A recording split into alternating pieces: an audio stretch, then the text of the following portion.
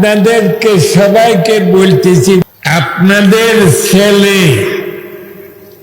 স্কুলে পড়ুক বা মাদ্রাসায় পড়ুক, একটা বড় একটা ছোট মোবাইল আছে। কেমন? এই মোবাইলের ওয়াজ প্রথম আমি করেছি।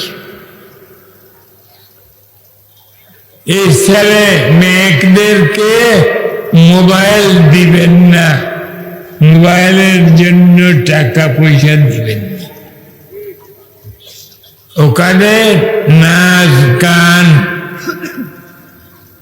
আসেনি?